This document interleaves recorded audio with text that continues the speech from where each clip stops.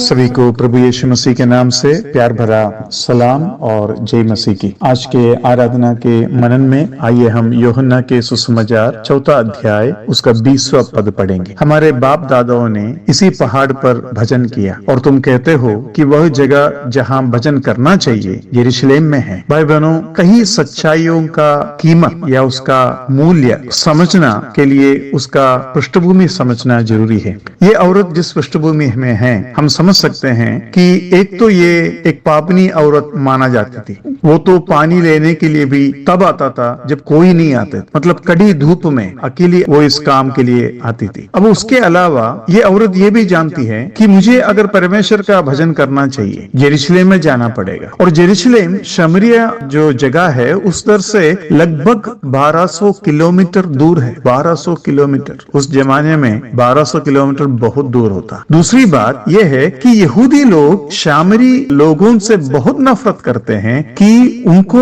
अगर उस शामरी जगह से होकर अगर कहीं जाना हो वो पूरे घूम कर जाएंगे, उसके अंदर से नहीं जाएंगे। और हम ये भी जानते हैं कि यरूशलेम में खास कर मंदिर के इर्द गिर्द में कोई भी अगर अविश्वासी या अन्य जाति आएंगे उसके जान के ऊपर खतरा है। और एक शामरी व्यक्ति के लिए ये कितना अधिक खतरनाक साबित हो सकता है। मेरा कहने की मतलब यह है, इस हालत में प्रभु यीशु मसीह ने उन्हें एक बहुत बड़ा प्रकटीकरण दिया और वो प्रकटीकरण हम 24वां पद में पढ़ सकते हैं। उधर हम पढ़ते हैं, परमेश्वर आत्मा है और अवश्य है कि उसके भजन करने वाले आत्मा और सच्चाई से भजन करें। अब ये सच्चाई हमारे लिए केवल एक सच्चाई होगा, लेकिन उस व्यक्ति के बारे में जरा सोचिए जो 1200 किलोमीटर चलकर आराधना करना पड़ता था। उस व्यक्ति के बारे में सोचिए जो जान के खतरा हमेशा सामना करता था। उस व्यक्ति के बारे में सोचिए जब मर्जी हो, जब इच्छा हो तब वो जाकर आराधना नहीं कर सकते हैं। डर और खतरा जब उसके जीवन में आएगा, उस व्यक्ति के लिए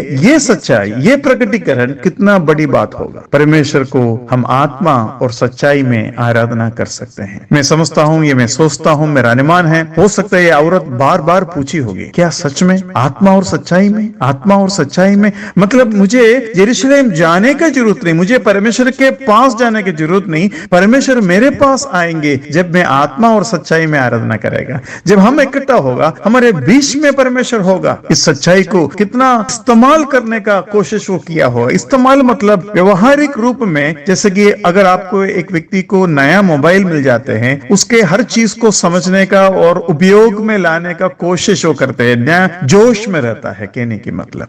उसी तरीके से इस सच्चाई के ऊपर वो बार बार आत्मा और सच्चाई में आराधना करने का कोशिश किया होगा, क्योंकि ये एक नया आजादी है, एक नया अवसर है। कितना बड़ा सच्चाई इसके द्वारा इस व्यक्ति को मिला। भाई बहनों, प्रभु यीशु मसीह ये बहुत बड़ा आजादी हमें क्रूस के द्वारा और उसके पवित्र आत्मा के द्वारा हमें दिया है। हमारे आत्मा में उन्होंने जीवन दिया और इसलिए हम आत्मा और सच्चाई में परमेश्वर का आराधना कर सकते हैं। परमेश्वर आत्मा है। परमेश्वर से उसी लेवल में, आत्मा के लेवल में, परमेश्वर जिस दर्जा में है उसी दर्जा में हम उनका आराधना करना कितनी आनंद की बात होगा। इस सच्चाई को जोर से पकड़कर वो शामरी औरत अपना पूरा जीवन बिताई होगी और बहुत ही यकीन के साथ, बहुत ही चुनौती देते हुए लोगों को या अपने रिश्तेदारों को, अपने विश्वासियों को बताया होगा, प्रभु यीशु मसीह ने मुझे ये बताया कि हम आत्मा और सच्चाई में आराधना कर सकते हैं। आत्मा और सच्चाई में आराधना करने का इस आजादी का पूरा अवसर, पूरा लाभ उठाते हुए हम उसके उस सच्चाई को समझकर आराधना करने का कोशिश करेंगे। प्रभु यीशु मसीह यह सच्चाई जब उस शामरी औरत को दिया, जरूर ये जानता था कि इस औरत के लिए यह सच्चाई कितना बहुमूल्य होगा, इसलिए उन्होंने